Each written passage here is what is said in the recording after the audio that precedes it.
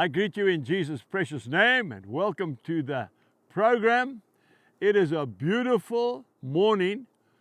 Right behind me, the mist is just rising up now as the sun is coming up. It is a glorious day, even as we've just been having a time of prayer and thanking God for giving us the opportunity to make these programs for you in nature, raw nature. We're standing in our neighbor's forest. It's a young pine plantation, and I've got a special word for somebody who is struggling with loneliness. I think loneliness must be one of the most painful feelings to be caught up in. I don't think there's anything worse than loneliness. We start off in Isaiah chapter 66 and verse 4.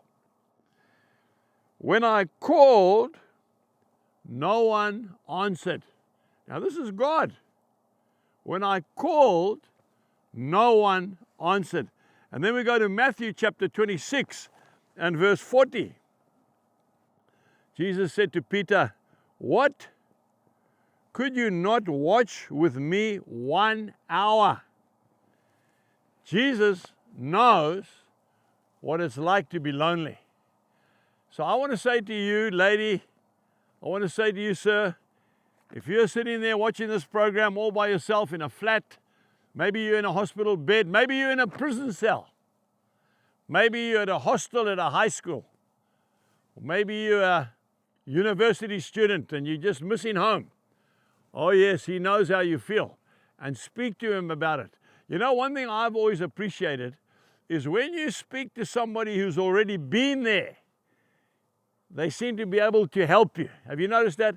But someone who's never ever been lonely, they don't understand what loneliness means. There's nothing more painful than to be on your own. God also gets lonely. Oh yes. Why did God create you and I? He didn't have to create us. God has got everything he wants. You know what? I believe he was lonely and he wanted fellowship. And that's why he created you, Joe. And that's why he created you, Sandra, because he loves you and he wants to have fellowship with you. Why are you not spending more time with him? Because you're too busy? Well, that's what happened right through the Bible. Too busy to spend time with the Lord until it's too late. He wants fellowship with you. He created you and me for his own good pleasure. There is nothing worse than loneliness. I've been preaching the gospel of Jesus Christ now for over 40 years. And I want to tell you, I'm a farmer. When the sun goes down at night, I go home to be with my family. Then when the Lord called me and appointed me and anointed me to go into all the world and preach the gospel, it came at a price, and a price which I didn't realize at the time. The price is loneliness. Now you can be saying to me, but Angus, you're an evangelist. There's huge crowds of people that are listening to you. Yes, quite right. But you know, I've been overseas, the other side of the world, whether it be Australasia, whether it be the United Kingdom, whether it be the US of A.